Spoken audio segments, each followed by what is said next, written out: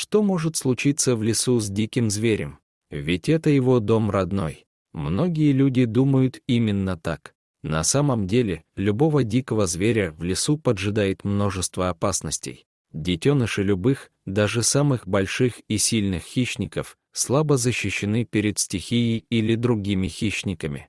До своей первой охоты любой хищник зависит от матери и погибнет, если с ней что-то случится. Но самую главную опасность для любого зверя в лесу представляет человек. Да, именно человек, который решил, что он царь природы. Человек ходит по лесу, боится, оглядывается, но ходит. У него есть ружье, и он может убивать. Человек ставит капканы и ловит животных. Человек забирает детенышей с собой ради забавы. Человек приносит в лес кучу мусора и загрязняет окружающую среду, отравляя животных токсичными отходами. Так что же может случиться с диким животным в лесу? Да все что угодно. Однажды такую непредвиденную ситуацию пришлось наблюдать Борису. Он, заядлый грибник, ходил в лесу осторожно, стараясь не ломать кусты. Мусор не бросал, даже фантики уносил с собой. По мере возможности Борис брал с собой в лес мешок и собирал мусор, оставленный людьми. Деревенские жители смеялись над ним, но он не обращал внимания. И вот, как обычно, Борис ходил по лесу с корзинкой для грибов и пакетом для мусора. Смотрит, что-то висит на дереве. Сначала подумал, что это рюкзак. Подойдя ближе, он увидел, что это сетка, а в ней волчата. Кто-то поставил ловушку с целью поймать зверя. Попались несколько волчат. Они шевелились и были еще живы. Борис попытался развязать веревку, но никак не получалось. Все было замотано и запутано. Ножа или какого-либо другого острого предмета у мужчины с собой не было. Волчата поскуливали и пытались выбраться, но это было практически невозможно. Волчата открывали ротики и тяжело дышали. Борис постарался приподнять сетку, чтобы они могли хоть немного поменять положение и отдышаться, но это не помогло. Борису ничего не оставалось, как отправиться домой за ножом. Пройдя почти половину пути, мужчина вспомнил, что на свалке, устроенной какими-то негодяями, он видел разбитые стекла. Повернув туда, Борис действительно обнаружил осколки. Вооружившись одним из них, мужчина пошел обратно. Он очень удивился, когда увидел рядом с сеткой сидящую волчицу. Та смотрела на своих детенышей и тоже скулила, словно переговаривалась с ними. Увидев Бориса, волчица показала зубы и негромко зарычала. Он остановился и медленно поставил на землю свою корзинку. Волчица смотрела в упор, но нападать не решалась. Казалось, она изучает этого человека и пытается понять, чего от него можно ожидать. Борис двигался медленно, осторожно подходя к сетке.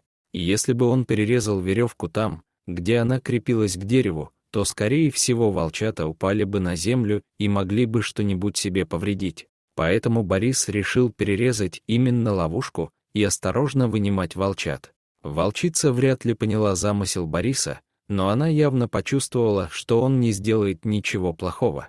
Отступив на несколько шагов, она пропустила мужчину к сетке, внимательно наблюдая за каждым его движением. Борис достал стекло и принялся пилить веревку, из которой была сделана сеть. Не так-то просто было это сделать, надо было еще и не поранить малышей. И вот удача. В ловушке образовалась дыра. Он вынул первого волчонка и отправил к матери. За ним еще один. Волчат оказалось 5. Последний малыш, который был в самом низу, пострадал больше всех. Он едва стоял на лапках и никак не мог начать идти. Волчонок тяжело дышал и как будто кашлял. Видимо, остальные волчата долгое время лежали на нем и придавили. Волчица обнюхала 4 малышей, на 5-го лишь печально посмотрела и удалилась в чащу с остальными.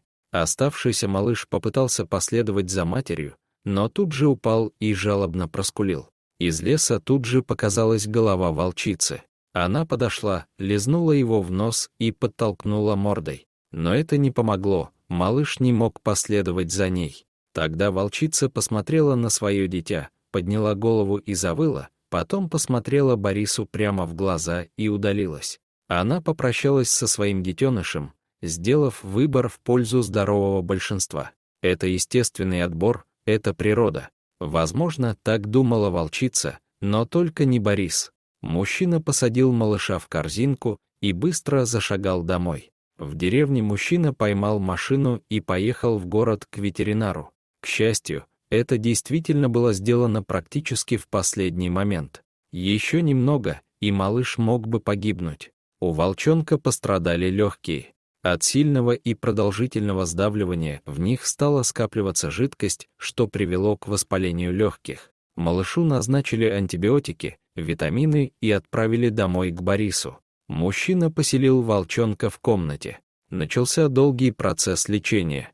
Как-то раз, проходя мимо магазина, Борис увидел, как один из односельчан, Дмитрий, держит в руках ту самую сеть, из которой он освободил волчат. Дмитрий показывал всем испорченную ловушку и ругал того, кто это сделал. «Вот поймать бы того, кто это сделал», — повторял мужчина. Борис не отличался смелостью и боевым характером. Если сказать честно, то из-за своей любви к природе его считали тюфяком. «Это я сделал», — сказал Борис и со всего маху ударил Дмитрия в нос. От неожиданности тот упал, да так и остался лежать на спине. Никто не ожидал от Бориса такой прыти. Он повернулся и пошел к себе домой. Некоторые односельчане осуждали Бориса. Подумаешь, человек хотел заработать, а он лишил Дмитрия заработка, еще и ловушку испортил. Но в основном все были на стороне Бориса. Дмитрий был заядлым браконьером, и наконец-то кто-то воздал ему по заслугам. Никто и предположить себе не мог, что опозоренный браконьер затаит злобу. Волчонок, которого вылечил Борис, подрастал и превратился в матерого волка. Будучи огромным по своим размерам, он был ласков и добродушен, как собака. Возможно, мать-волчица, когда прощалась с сыном тогда в лесу, почувствовала, что они с Борисом просто созданы друг для друга.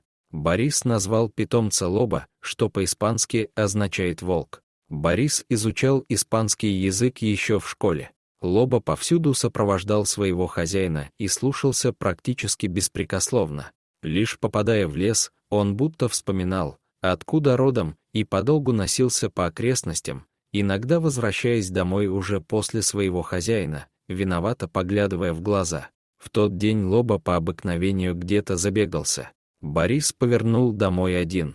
Принеся тяжелую корзину с грибами, он принялся их чистить. Увлекшись приготовлением, Борис не заметил, как на улице стало темно. Лоба не возвращался.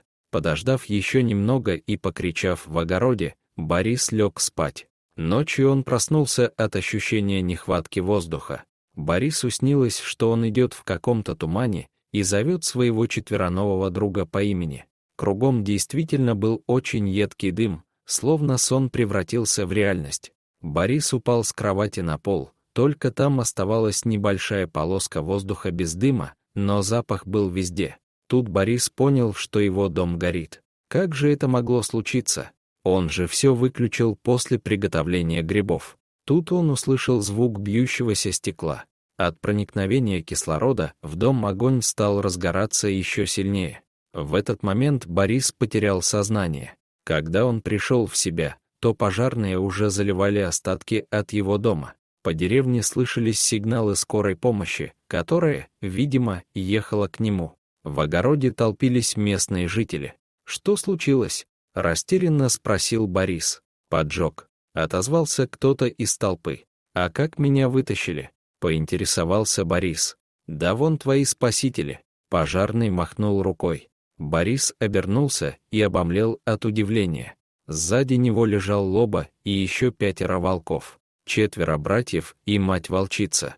Вшестером и тащили, когда мы приехали. «Молодцы ваши собачки», — сказал пожарный. «Мои, только это волки, а не собачки», — с гордостью заметил Борис. Следствием было установлено, что дом Бориса загорелся не сам по себе, а был совершен поджог. Сделал это Дмитрий, которого арестовали. Дорогие зрители, если вам понравилось это видео, то ставьте лайк и подписывайтесь на наш канал. До свидания.